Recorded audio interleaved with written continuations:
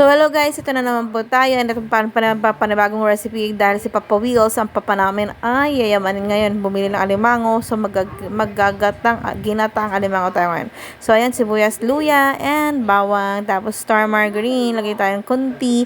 And then, ang aking alimango na matataba at buhay na buhay pa. Ayan, fresh na fresh yan. From market, from palengke ng Malolos Bayan. So, ayan po.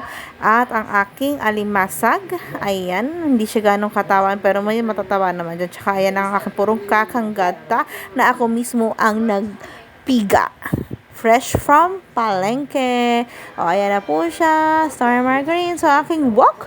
The wok of love. O, ayan ang aking wok of love. Ginisagisa ko na. Nilagay ko na ang aking bawang sibuyas and luya with the star margarine.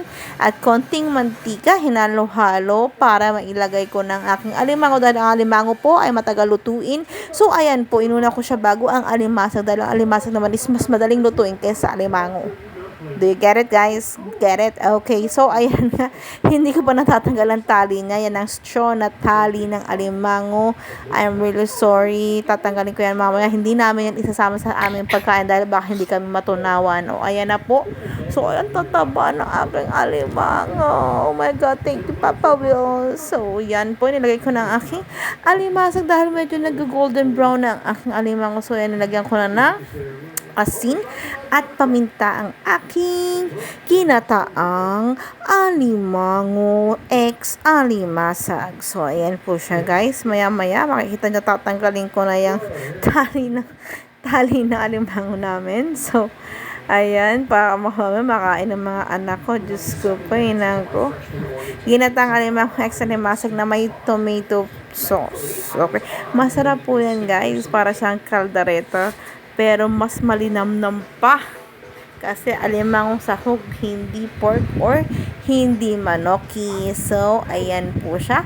Halu-haluin lang po natin ng kunti. Ayan na siya, guys. Okay naman siya, guys. Ayan na. Oh. Ha? After yan, puntangin na natin na ang ating kakanggata. Piniga-piga ko pa ng konti para mas malinamnam ang lasa. O, ayan po ang aking baby. Habang ako yung nag-record dito, siya naman ay ang kulit-kulit naman. Magkananak ko. O, ayan po. Hanggang sa hintayin na natin siya kumulo. Hindi ko pa rin natatanggal ang tali ng alimango. Pero maniwala kayo, makikita nyo dyan later, tinatanggal ko ang tali ng alimango. Mamaya, makikita nyo yan, guys. Ay! Kinat ko na pala, hindi ko na pinakita yung pagtanggal tali ng alimango. So, tinanggal ko na po siya. Ayan, hinihintay ko na lang pong kumuli ang malinamnam namin alimango ex alimasag na ginataan ex kaldereta. Ginataang ex kaldereta ang alimango ex alimasag. So, ayan po siya, guys. Thank you so much.